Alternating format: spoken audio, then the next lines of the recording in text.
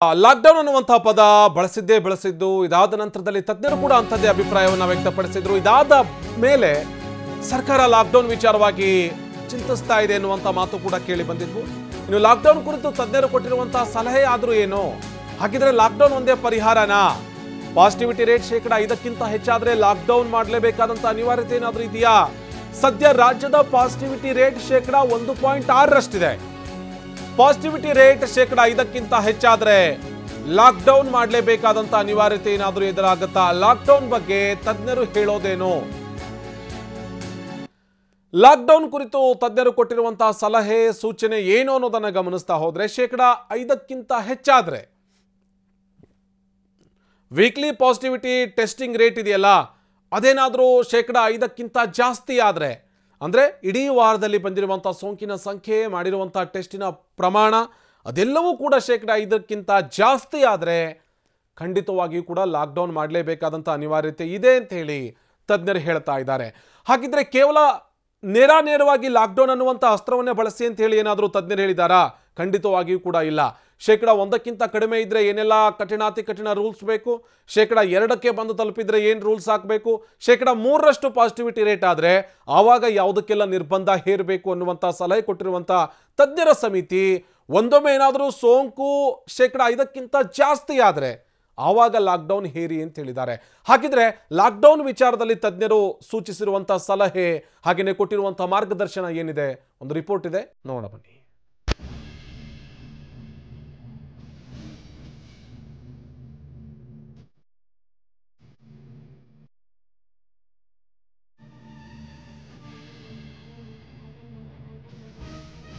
ರಾಜ್ಯದಲ್ಲಿ ಮತ್ತೆ ಕೊರೋನಾ ಇಟ್ಟಿರೋ ದಾಂಗುಡಿಗೆ ಜನ ಬೆಚ್ಚಿ ಬಿದ್ದಿದ್ದಾರೆ. ಸರ್ಕಾರ ಹೇಗಪ್ಪ ಹೆಮ್ಮಾರಿಯನ್ನ ಮತ್ತೆ ಕಂಟ್ರೋಲ್ ಮಾಡೋದು ಅಂತ ಚಿಂತೆಗೆ ಬಿದ್ದಿದೆ. ಸದ್ಯ ಸರ್ಕಾರ ನೈಟ್ ಕರ್ಫ್ಯೂ 50-50 ರೂಲ್ಸ್ ಅಂತೆಲ್ಲ ಮಾಡಿದೆ.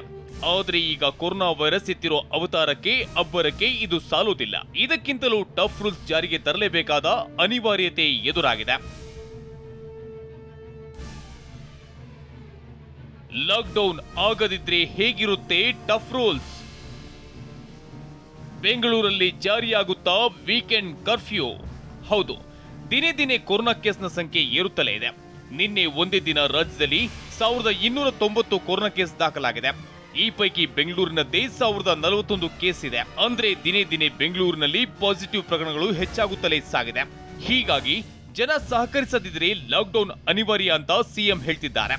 ಒಂದು ವೇಳೆ ಲಾಕ್ಡೌನ್ ಮಾಡದಿದ್ರೂ ಕಠಿಣ ರೂಲ್ಸ್ ಜಾರಿಯಾಗೋ ಸಾಧ್ಯತೆ ಇದೆ. ಅಂದ್ರೆ ಬೆಂಗಳೂರಿನಲ್ಲಿ ಮತ್ತೆ ವೀಕೆಂಡ್ ಕರ್ಫ್ಯೂ ಜಾರಿಯಾದ್ರೂ ಆಗಬಹುದು. ಯಾಕಂದ್ರೆ ಕೊರೋನಾಗೆ ಬ್ರೇಕ್ ಹಾಕೋದಕ್ಕೆ ಮೊದಲ ಅಸ್ತ್ರ ಅಂದ್ರೆ ಅದು ವೀಕೆಂಡ್ ಕರ್ಫ್ಯೂ. ಈಗಾಗಲೇ ಬೆಂಗಳೂರಿನಲ್ಲಿ ಪಾಸಿಟಿವಿಟಿ ರೇಟ್ 2.30ರಷ್ಟಿದೆ. 2% ಹೆಚ್ಚಾದ್ರೆ red zone. Silicon city Bengaluru already red zone ನಲ್ಲಿದೆ. ಕೊಂಚ ಕೇಸ್ ಹೆಚ್ಚಾದ್ರೂ ಬೆಂಗಳೂರಿಗೆ ವೀಕೆಂಡ್ ಬೇಲಿ ಬೀಳೋದು ಗ್ಯಾರಂಟಿ. ಹಾಗಿದ್ರೆ ವೀಕೆಂಡ್ ಕರ್ಫ್ಯೂ ಜಾರಿಯಾದ್ರೆ ಬೆಂಗಳೂರಿನಲ್ಲಿ ಯಾವೆಲ್ಲ ರೂಲ್ಸ್ ಜಾರಿಯಾಗಬಹುದು ಅಂತ ತೋರಿಸ್ತೀವಿ ನೋಡಿ. ಮಾರುಕಟ್ಟೆ, ಶಾಪಿಂಗ್ ಮಾಲ್ಗೆ ಸಮಯದ ನಿರ್ಬಂಧ ವಿಧಿಸಬಹುದು. ಬೆಳಿಗ್ಗೆ 6ರಿಂದ ಮಧ್ಯಾಹ್ನ 1ರವರೆಗೆ ಮಾತ್ರ ಸಮಯ ನಿಗದಿ ಮಾಡಬಹುದು. ಇನ್ನು theatre, salon, swimming pool, gym ಬಂದ್ ಮಾಡಬಹುದು. ಸಾರ್ವಜನಿಕ ಸಾರಿಗೆ, ವರ್ಕ್ಶಾಪ್, ಪಾರ್ಕ್ ಕೂಡ ಬಂದ್ ಮಾಡೋ ಸಾಧ್ಯತೆ ಇದೆ. ಜೊತೆಗೆ ಮೃಗಾಲಯ, ಮನೋರಂಜನಾ ಪಾರ್ಕ್ಗೂ ಬೀಗ ಬೀಳಬಹುದು. ಆರ್ಟ್ ಗ್ಯಾಲರಿ, ಮ್ಯೂಸಿಯಂ, ಮೆಟ್ರೋ ಸಂಚಾರ ಕೂಡ ಬಂದ್ ಆಗಬಹುದು. ಇನ್ನು ಹೋಟೆಲ್, ಬಾರ್ಗಳಲ್ಲಿ ಪಾರ್ಸಲ್ಗಷ್ಟೇ ಅವಕಾಶ ನೀಡಬಹುದು. ಅಲ್ಲದೆ ಬೆಂಗಳೂರಿನಲ್ಲಿ ಶಾಲೆ, ಕಾಲೇಜುಗಳ ಬಾಗಿಲು ಬಂದ್ ಮಾಡಬಹುದು. ಇದಿಷ್ಟೇ ಅಲ್ಲ, ಕೊರೋನಾ ಹೆಮ್ಮಾರಿಗೆ ಬ್ರೇಕ್ ಹಾಕೋದಕ್ಕೆ ಬೆಂಗಳೂರಿಗೆ 3 ಹಂತದಲ್ಲಿ ಬಿಗಿ ಬೇಲಿ ಹಾಕೋ ಸಾಧ್ಯತೆ ಇದೆ. ಸದ್ಯ ರೆಡ್ ಝೋನ್ ನಲ್ಲಿರೋ ಬೆಂಗಳೂರನ್ನ ಬಚಾವ್ ಮಾಡಬೇಕು ಅಂದ್ರೆ ಏನ್ ಮಾಡಬೇಕು? ಯೆಲ್ಲೋ, ಆರೆಂಜ್, ರೆಡ್ ಝೋನ್ ನಲ್ಲಿದ್ರೆ ಯಾವ್ಯಾವ ರೂಲ್ಸ್ ಮಾಡಬಹುದು ಅನ್ನೋದನ್ನ ಡೀಟೇಲ್ ಆಗಿ ತೋರಿಸ್ತೀವಿ ನೋಡಿ. ತಜ್ಞರು ನೀಡಿರೋ ವರದಿ ಪ್ರಕಾರ ರಾಜ್ಯದಲ್ಲಿ ಯೆಲ್ಲೋ, ಆರೆಂಜ್, ರೆಡ್ ಅಲರ್ಟ್ ಜಾರಿಯಾಗೋ ಸಾಧ್ಯತೆ ಇದೆ. ಪಾಸಿಟಿವಿಟಿ ರೇಟ್ ಶೇಕಡಾವಾರು ಮೂಲಕ 3 ಗುಂಪುಗಳಾಗಿ ವಿಂಗಡಿಸಿ ತಜ್ಞರು ವರದಿ ಕೊಟ್ಟಿದ್ದಾರೆ. ಪಾಸಿಟಿವಿಟಿ ರೇಟ್ 1% ಕಡಿಮೆ ಇದ್ರೆ ಆ ನಗರವನ್ನ ಯೆಲ್ಲೋ ಝೋನ್ ಎಂದು ಘೋಷಿಸುವಂತೆ ರಿಪೋರ್ಟ್ನಲ್ಲಿ ತಿಳಿಸಲಾಗಿದೆ. 1ರಿಂದ 2ರಷ್ಟು ಪಾಸಿಟಿವಿಟಿ ರೇಟ್ ಇದ್ರೆ ಆರೆಂಜ್ ಝೋನ್ ಅಂತಲೂ 2% ಹೆಚ್ಚಿದ್ರೆ ರೆಡ್ ಝೋನ್ ಅಂತ ವಿಂಗಡಿಸಲಾಗಿದೆ. ಇದರಲ್ಲಿ ಯೆಲ್ಲೋ ಝೋನ್ ಇದ್ದ ಕಡೆ ಮದುವೆಗೆ 200ರಿಂದ 300 ಜನರಿಗಷ್ಟೇ ಅವಕಾಶ ಕೊಡಬೇಕು ಮತ್ತು ಅಂತ್ಯ ಸಂಸ್ಕಾರಕ್ಕೆ 100ರಿಂದ 200 ಜನರಿಗಷ್ಟೇ ಅವಕಾಶ ನೀಡಿ ಅಂತ ತಜ್ಞರು ಸಲಹೆ ನೀಡಿದ್ದಾರೆ. ಇನ್ನು 1ರಿಂದ 7 ಪಾಸಿಟಿವಿಟಿ ರೇಟ್ ಇದ್ರೆ ಆರೆಂಜ್ ಝೋನ್ ಅಂತ ಪರಿಗಣಿಸುವಂತೆ ಸಲಹೆ ನೀಡಿರುವ ತಜ್ಞರು 50-50 ರೂಲ್ಸ್ಗೂ ಶಿಫಾರಸು ಮಾಡಿದ್ದಾರೆ. ಆರೆಂಜ್ ಝೋನ್ ವಲಯದಲ್ಲಿ ಮಾಲ್, ಶಾಪಿಂಗ್ ಕಾಂಪ್ಲೆಕ್ಸ್ಗೆ ಸಮಯ ನಿರ್ಬಂಧಿಸಿ ಬೆಳಿಗ್ಗೆ 6ರಿಂದ ಮಧ್ಯಾಹ್ನ 1ರವರೆಗೆ ಮಾತ್ರ ಅವಕಾಶ ನೀಡುವಂತೆ ಹೇಳಿದ್ದಾರೆ. ಅಲ್ಲದೆ ಸಿನಿಮಾ, ಸ್ಕೂಲ್, ಪಬ್, ಬಾರ್, ಕಚೇರಿ, ಫ್ಯಾಕ್ಟರಿ, ಸಲೂನ್, ಮೆಟ್ರೋಗಳಲ್ಲಿ 50-50 ರೂಲ್ಸ್ ಜಾರಿ ಮಾಡುವಂತೆಯೂ ತಜ್ಞರು ಸಲಹೆ ನೀಡಿದ್ದಾರೆ. ಇದರ ಜೊತೆಗೆ ಸ್ವಿಮ್ಮಿಂಗ್ ಪೂಲ್, ಜಿಮ್, ತರಬೇತಿಗೆ ಅವಕಾಶ ನೀಡಿ ಅಂತ ಶಿಫಾರಸು ಮಾಡಿದ್ದಾರೆ. ಇನ್ನು ಯೆಲ್ಲೋ, ಆರೆಂಜ್ ರೀತಿಯಲ್ಲಿ 3ಕ್ಕಿಂತ ಹೆಚ್ಚು ಪಾಸಿಟಿವಿಟಿ ರೇಟ್ ಇದ್ರೆ ಅಂತ ಏರಿಯಾಗಳನ್ನ ರೆಡ್ ಝೋನ್ ಅಂತ ಘೋಷಿಸಿ ಖಡಕ್ ರೂಲ್ ಜಾರಿ ಮಾಡುವಂತೆ ಸಲಹೆ ನೀಡಲಾಗಿದೆ. ಮಾರುಕಟ್ಟೆ, ಶಾಪಿಂಗ್ ಮಾಲ್ಗೆ ಸಮಯ ನಿಗದಿ ಮಾಡಿ ಬೆಳಿಗ್ಗೆ 6ರಿಂದ ಮಧ್ಯಾಹ್ನ 1ರವರೆಗೆ ಮಾತ್ರ ಓಪನ್ ಮಾಡಲು ಅವಕಾಶ ನೀಡಿ ಅಂತ ತಜ್ಞರು ಹೇಳಿದ್ದಾರೆ. ಅದರಂತೆ theatre, salon, swimming pool, gym, ಸಾರ್ವಜನಿಕ ಸಾರಿಗೆ, ವರ್ಕ್ಶಾಪ್, ಪಾರ್ಕ್, ಪ್ರಾಣಿ ಸಂಗ್ರಹಾಲಯ, ಮನೋರಂಜನಾ ಪಾರ್ಕ್, ಆರ್ಟ್ ಗ್ಯಾಲರಿ, ಮ್ಯೂಸಿಯಂ, ಮೆಟ್ರೋವನ್ನ ರೆಡ್ ಝೋನ್ ಏರಿಯಾದಲ್ಲಿ ಬಂದ್ ಮಾಡಲೇಬೇಕಾಗುತ್ತೆ ಅಂತ ಶಿಫಾರಸು ಮಾಡಲಾಗಿದೆ. ಒಟ್ನಲ್ಲಿ ಕೊರೋನಾ ಲಂಗುಲಗಾಮಿಲ್ಲದಂತೆ ಓಡ್ತಿದೆ. ಇದಕ್ಕೆ ಬ್ರೇಕ್ ಹಾಕೋದಕ್ಕೆ ಸರ್ಕಾರ ಸರ್ಕಸ್ ಮಾಡ್ತಿದೆ. ಒಂದ್ ವೇಳೆ ಲಾಕ್ಡೌನ್ ಮಾಡದಿದ್ರೆ ವೀಕೆಂಡ್ ಕರ್ಫ್ಯೂ ಮಾಡಿ ಕಠಿಣ ರೂಲ್ಸ್ ಜಾರಿಗೆ ತರಬಹುದು. ಇದಕ್ಕೂ ಕೊರೋನಾ ಬಗ್ಗದಿದ್ರೆ ಬೆಂಗಳೂರು ಲಾಕ್ಡೌನ್ ಮೋಡ್ಗೆ ಜಾರೋದ್ರಲ್ಲಿ ಅನುಮಾನವೇ ಇಲ್ಲ. Bureau report, TV9.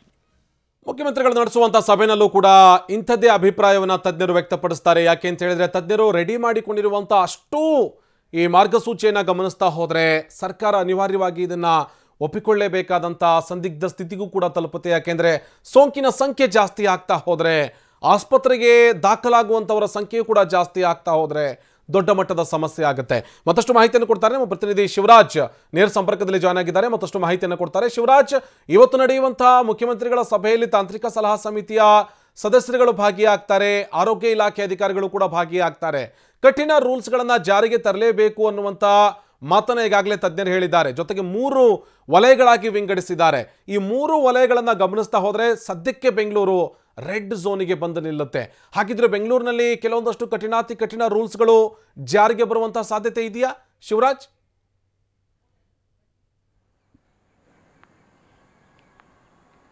ಅನ್ನೋದು ಖಂಡಿತವಾಗ್ಲೂ ಕಠಿಣ ರೂಲ್ಸ್ಗಳು ಜಾರಿಯಾಗುವಂಥ ಸಾಧ್ಯತೆಗಳು ಇದೆ. ಯಾಕಂದರೆ CM ಬಸವರಾಜ ಬೊಮ್ಮಾಯಿಯವರು ಕೂಡ ಆ ಒಂದು ಮುನ್ಸೂಚನೆಯನ್ನು ಕೊಟ್ಟಿದ್ದಾರೆ. ಸದ್ಯದ ಪರಿಸ್ಥಿತಿಯನ್ನು ಅವಲೋಕಿಸಿದಾಗ ಕೊರೋನಾ ಸೋಂಕಿತರ ಹೆಚ್ಚಾಗಿದೆ. ಈ ಒಂದು ನಿಟ್ಟಿನಲ್ಲಿ ಕಠಿಣ ರೂಲ್ಸ್ ಜಾರಿ ಆಗಲೇಬೇಕಂತ ಕೆಲವೊಂದು ಸಚಿವರು ಕೂಡ ಅವರಿಗೆ ಒಂದು ಮನವರಿಕೆ ಮಾಡಿಕೊಟ್ಟಿರುತ್ತು.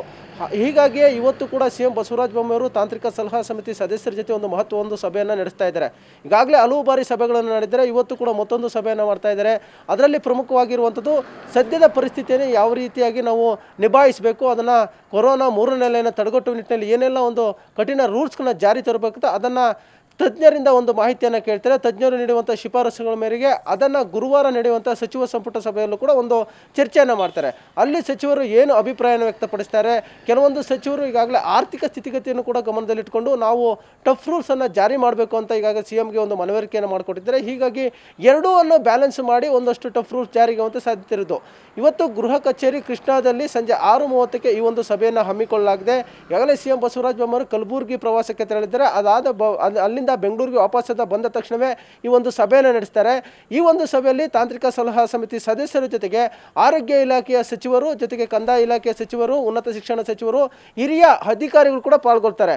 ಯಾವ ರೀತಿಯಾಗಿ ಇದನ್ನು ತಡೆಗಟ್ಟಬೇಕು, ನೈಟ್ ಕರ್ಫ್ಯೂ ಮತ್ತು ವೀಕೆಂಡ್ ಕರ್ಫ್ಯೂ ಬಗ್ಗೆ ಈಗಾಗಲೇ ಚಿಂತನೆ ಮಾಡಲಾಗಿದೆ. ಅದನ್ನು ಜಾರಿಯಾಗುವ ಸಾಧ್ಯತೆ ಕೂಡ ಇರುವಂಥದ್ದು. ಲಾಕ್ಡೌನ್ ಬಗ್ಗೆ ಒಂದು ಲೆಕ್ಕಾಚಾರ ಕೂಡ ಶುರುವಾಗಿದೆ. ಲಾಕ್ಡೌನ್ ಅನ್ನೋ ಆಪ್ಷನ್ನ ನಾವು ಕೊನೆ ಮಟ್ಟಕ್ಕೆ ಇಟ್ಕೊಳ್ಳೋಣ, ಸದ್ಯಕ್ಕೆ ಆ ಒಂದು ಆಪ್ಷನ್ ಬೇಡ. ದಿಢೀರಂತ ಲಾಕ್ಡೌನ್ ಏರಿಕೆ ಮಾಡಿದ್ರೆ ಸಾಕಷ್ಟು ತೊಂದರೆ ಆಗುತ್ತೆ. ಜನಸಾಮಾನ್ಯರಿಗೆ, ಬಡವರಿಗೆ, ಮಧ್ಯಮ ವರ್ಗದವರಿಗೆ ಸಾಕಷ್ಟು ಹೊಡೆತ ಬೀಳುತ್ತೆ. ಆ ಒಂದು ನಿಟ್ಟಿನಲ್ಲಿ ಹಂತವಾಗಿ ಇದರ ಮೇಲೆ ಏರಿಕೆ ಆಗುವಂಥ ಪ್ರಯತ್ನ ಮಾಡಬೇಕು. ಸದ್ಯದಲ್ಲೇ ನಡೆಯುವಂಥ ಒಂದು ಟಫ್ ರೂಲ್ಸ್ಗಳಿಂದಾಗೆ ಈ ಒಂದು ಕೊರೋನಾ 3ನೇ ಅಲೆ ತಡೆಗಟ್ಟುವ ಕೆಲಸವನ್ನು ಮಾಡಬೇಕು. 2ನೇ ಅಲೆಯಲ್ಲಿ ಆದಂಥ ಎಡವಟ್ಟುಗಳು ಈಗ ಆಗಬಾರ್ದು. ಆ ಒಂದು ನಿಟ್ಟಿನಲ್ಲಿ ಎಲ್ಲರೂ ಕೂಡ ಎಚ್ಚರಿಕೆಯಿಂದ ಗಮನ ಹರಿಸಬೇಕು. ಪ್ರಮುಖವಾಗಿ ಇರುವಂಥದ್ದು ರಾಜ್ಯದ ರಾಜಧಾನಿ ಬೆಂಗಳೂರಿನ ಮೇಲೆ ಈಗ ರೆಡ್ ಝೋನ್ ಲಿಸ್ಟ್ನಲ್ಲಿರುವಂತಹ ಬೆಂಗಳೂರನ್ನು ನಾವು ಹೆಚ್ಚು ಗಮನದಲ್ಲಿಟ್ಕೊಂಡು ಇಲ್ಲಿ ಸಾಕಷ್ಟು ಒಂದು ಕಠಿಣ ನಿಬಂಧನೆಗಳನ್ನ ಜಾರಿ ತರಲೇಬೇಕಾಗುತ್ತೆ. ತಜ್ಞರು ನೀಡುವಂತಹ ಒಂದು ಅಷ್ಟು ಏನೆಲ್ಲ ಶಿಫಾರಸುಗಳಿದೆ ಅದನ್ನು ಯಥಾವತ್ತಾಗಿ ಜಾರಿ ಮಾಡ್ತೀವಿ ಅಂತ ಕಂದಾಯ ಸಚಿವರು ಅಂತ ಆರ್ ಅಶೋಕ್ ಅವರು ಹೇಳ್ತಾರೆ. ಅದನ್ನು ಸಚಿವರು ಎಲ್ಲರೂ ಸೇರಿಕೊಂಡು ಯಾವ ರೀತಿಯಾಗಿ CMಗೆ ಮನವರಿಕೆ ಮಾಡಿಕೊಡ್ತಾರೆ, ಸಚಿವ ಸಂಪುಟದಲ್ಲಿ ಯಾವ ರೀತಿ ತೀರ್ಮಾನ ಆಗುತ್ತೆ ಅನ್ನೋದು ಕೂಡ ಒಂದು ಕುತೂಹಲ ಮೂಡಿಸಿತ್ತು. ಇದಾದ ಬಳಿಕ ಆನಂದ್ ಜನವರಿ 7ರಂದು ಅಂತಿಮವಾದ ಒಂದು ಮಹತ್ವವನ್ನು ಸಭೆಯನ್ನು ನಡೆಸೋಕ್ಕೆ CM ಬಸವರಾಜ ಬೊಮ್ಮಾಯಿ ಮುಂದಾಗಿದ್ದಾರೆ. ಅವತ್ತು ನಡೆಯುವಂಥ ಸಭೆಯಲ್ಲಿ ಮತ್ತಷ್ಟು ಒಂದು ನಿರ್ಣಯಗಳನ್ನು ತೆಗೆದುಕೊಂಡು ಬೆಂಗಳೂರಿಗೆ ಸಂಬಂಧಪಟ್ಟಂತ ವಿಶೇಷ ಮಾರ್ಗಸೂಚಿ ಜೊತೆಗೆ ಇಡೀ ರಾಜ್ಯಕ್ಕೆ ಸಂಬಂಧಪಟ್ಟ ಒಂದು ಹೊಸ ಮಾರ್ಗಸೂಚಿ ಬಿಡುಗಡೆ ಸಾಧ್ಯತೆ ಇರುವಂಥದ್ದು. ಆನಂದ್, ಥ್ಯಾಂಕ್ ಯು ಶಿವರಾಜ್ ಮಾಹಿತಿಗಾಗಿ.